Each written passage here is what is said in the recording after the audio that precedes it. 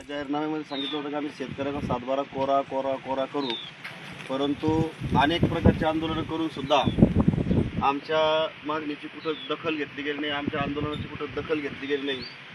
नागपूरच्या अधिवेशनात सुद्धा आम्ही या ठिकाणी हा मुद्दा मांडला होता.